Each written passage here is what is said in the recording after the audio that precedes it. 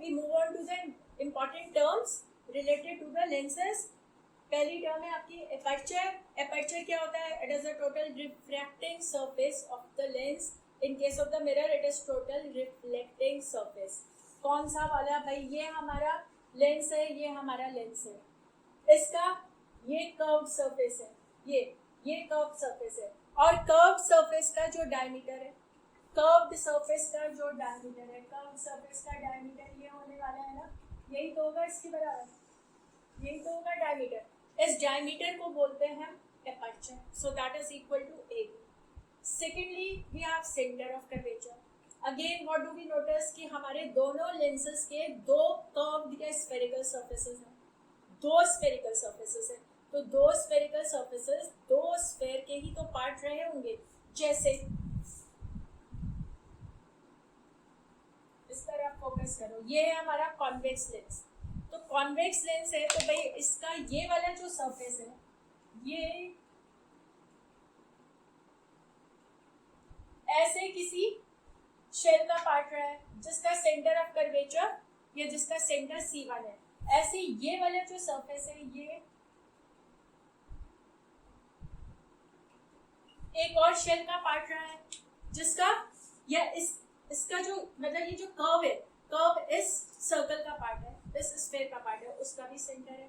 यानी कि सेंटर्स दोनों साइड लाई कर रहे हैं. So a convex lens will be having two centres of curvature. जरूरी नहीं है कि ये दोनों सेंटर ऑफ कर्वेचर लेंस से सेम डिस्टेंस पर हो सकता है ये अलग अलग भी हो और हो सकता है सेम हो. बिल्कुल इसी तरह से आप इसमें देखो,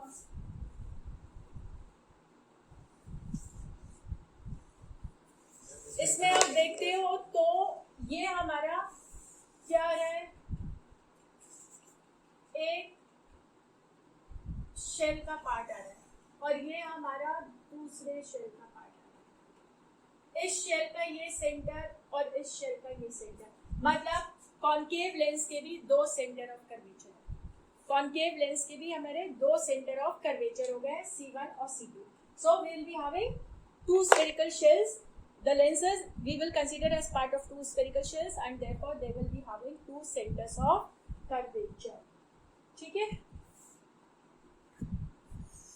Yes, principal axis. अभी हमने क्या देखा कि हमारा कोई सा भी लेंस है, चाहे कॉन्केव हो चाहे कॉन्वेक्स है, उसके दो सेंटर ऑफ कर्वेचर है.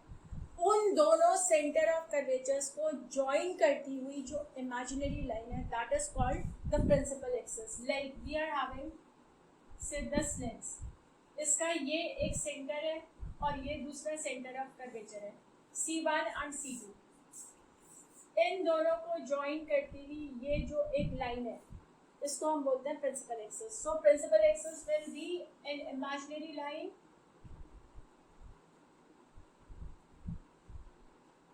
इमेजिनरी क्यों लिखा है? क्योंकि कोई लाइन हमें दिखाई थोड़ी ना देती है लेंस के आगे, इसलिए इमेजिनरी लाइन है.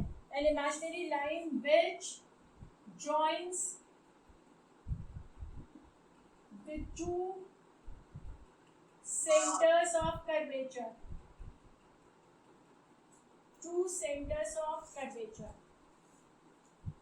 That is C1 and C2.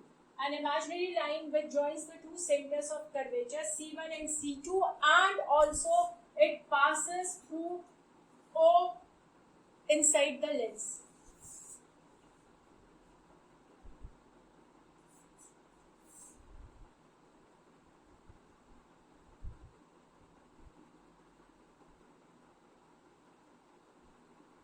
This is called the principal axis. ये होती है principal axis. ऑप्टिकल सेंटर, इसको रख कर देते हैं.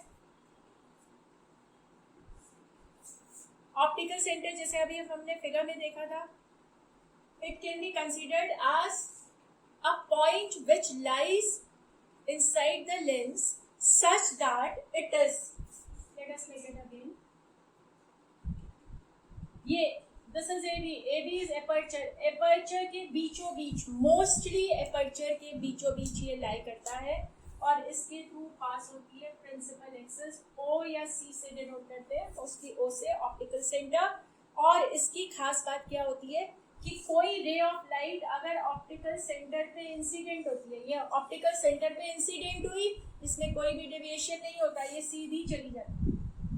इसकी ये खास बात है, ऑप्टिकल सेंटर वो पॉइंट है लेंस के अंदर जिस पर आप रे ऑफ लाइट को इंसिडेंट करते हो तो उसमें रिफ्रैक्शन नहीं होता, उसमें बेंडिंग नहीं होती, वो सीधी चले जाती है। This point is to be remembered because this is going to help us while we'll be making the ray diagrams. इसकी हेल्प लेने वाले हैं हम रे डायग्राम्स में.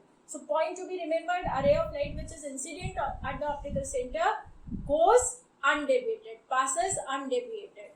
So what is optical center? Central point on the aperture AB. इस तरह से हम इसको लोकेट कर सकते हैं. और खास बात इसकी क्या होती है? It is a point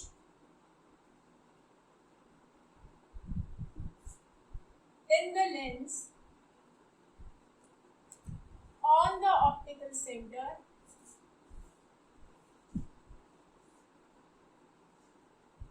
such that a ray of light incident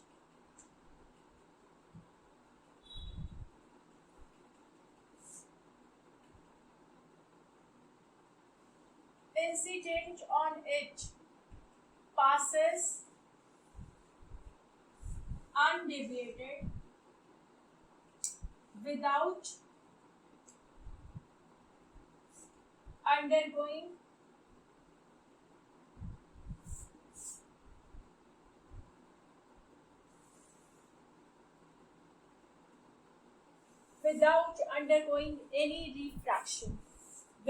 undergoing any refraction.